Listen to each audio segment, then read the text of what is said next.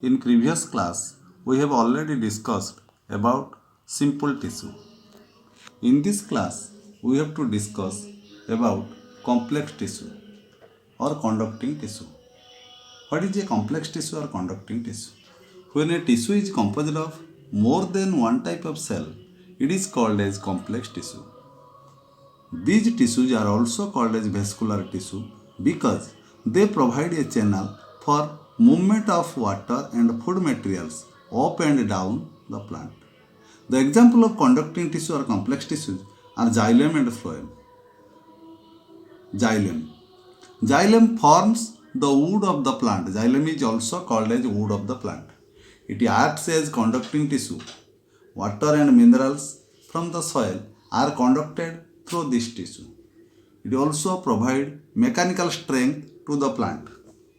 It consists of four types of elements. There are four types of elements or cells which are present inside the xylem tissue.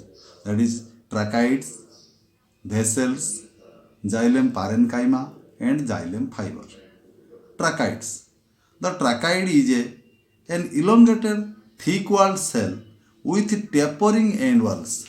That means the end wall of the tracheid is tapering. The end wall of the tracheid is tapering.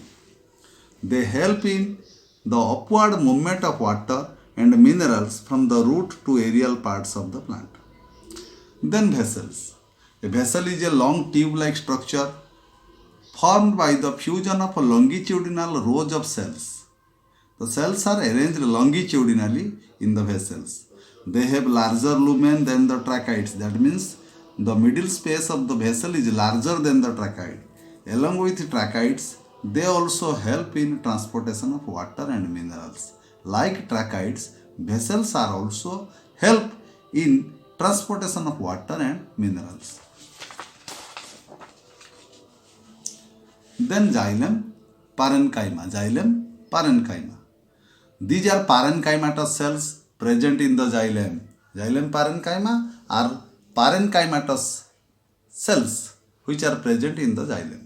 They help in conduction of water and minerals through the tracheids and vessels. They also help in storage of food material. The xylem parenchyma help in storage of food material. Then xylem fibers. These are sclerenchymatous cells present in association with tracheid and vessels. Fibers means sclerenchymatous cells which are present close association with tracheid and vessels. They give mechanical strength to the plant. This is your figure of four types of cells or four types of elements in xylem. This is your tracheid, the lumen of the tracheid and the lumen of the vessel. Lumen of the vessel is more than the lumen of tracheid. The pits and this is your cell wall. In vessels, there is the porous wall. The end wall is porous. In vessel, the end wall is porous. This is your pit.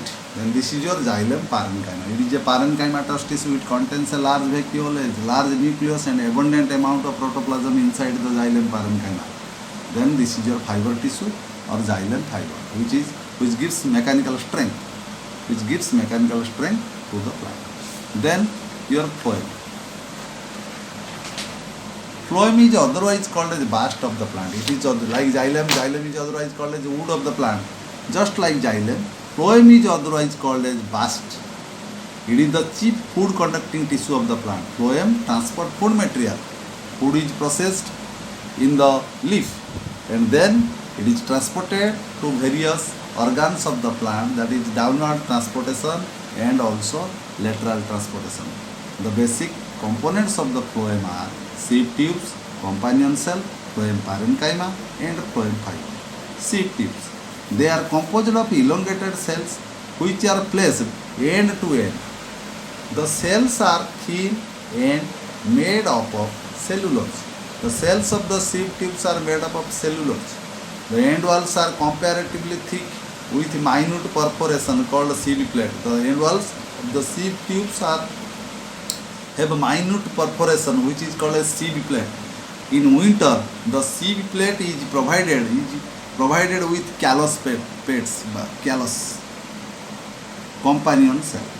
These are elongated cells containing protoplasm and a large nucleus. Companion means they are they lie close association with the sheep tube. These are developed in close association with sheep tube. They are found only in angiosperms. They help sheep tube in conduction of food material and water. They help in sheep tubes through food material to conduct food material and water also. Some parenchyma, phloem parenchyma. So, phloem parenchyma. These are parenchymatous cells found in close association with the sheep tube and companion cell like xylem parenchyma, phloem parenchyma. The cells of phloem parenchyma are also parenchymatous in nature. They store food material. Parenchyma, phloem parenchyma stores food material. Then phloem fiber. These are sclerenchymatous cells present in phloem. These cells occur frequently in secondary phloem tissue. They provide mechanical strength to the plant. Hemp and jute are phloem fibers.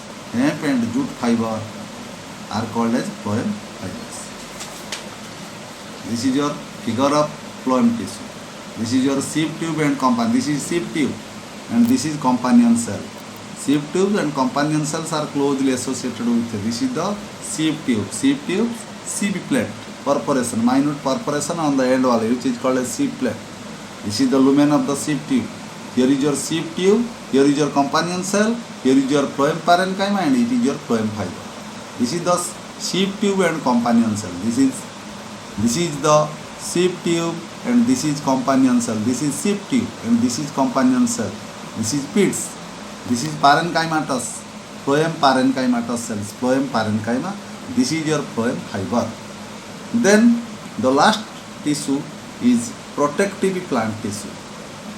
Protective plant tissue means this type of tissue helps to protect the internal organs of the plant. There are two types of protective plant tissue. One is epidermis, another is cork. Epidermis is the outermost protective tissue of the plant, which is present on the outer side of the plant tissue. It consists of thick-walled cells. The cell wall is covered by organic substance called as cutin, by which it is hard. They help to reduce the loss of water by transpiration. The protective tissue or epidermis help to reduce the loss of water by transpiration. In floating leaves of hydrophytic plants, the leaf of hydrophytic plants contain a waxy substance which protect from wetting of the plant, by which water cannot enter into the leaf. Cork. Due to repeated secondary growth, the outer layer of the stem and root possess protective tissue called as cork or bark. In woody stem, these are dead cells with highly suberized due to deposition of suberin, which protect the inner tissue. So, in addition to this type of tissue, another special type of tissue are also found in different plants. The special or secretory tissue. There are two types of special or secretory tissue, which is called as latissiferous tissue and glandular tissue. The latissiferous tissue contains latex. The glandular tissue contains mucilage, gums and resins. This is about your plant tissue. Then thank you.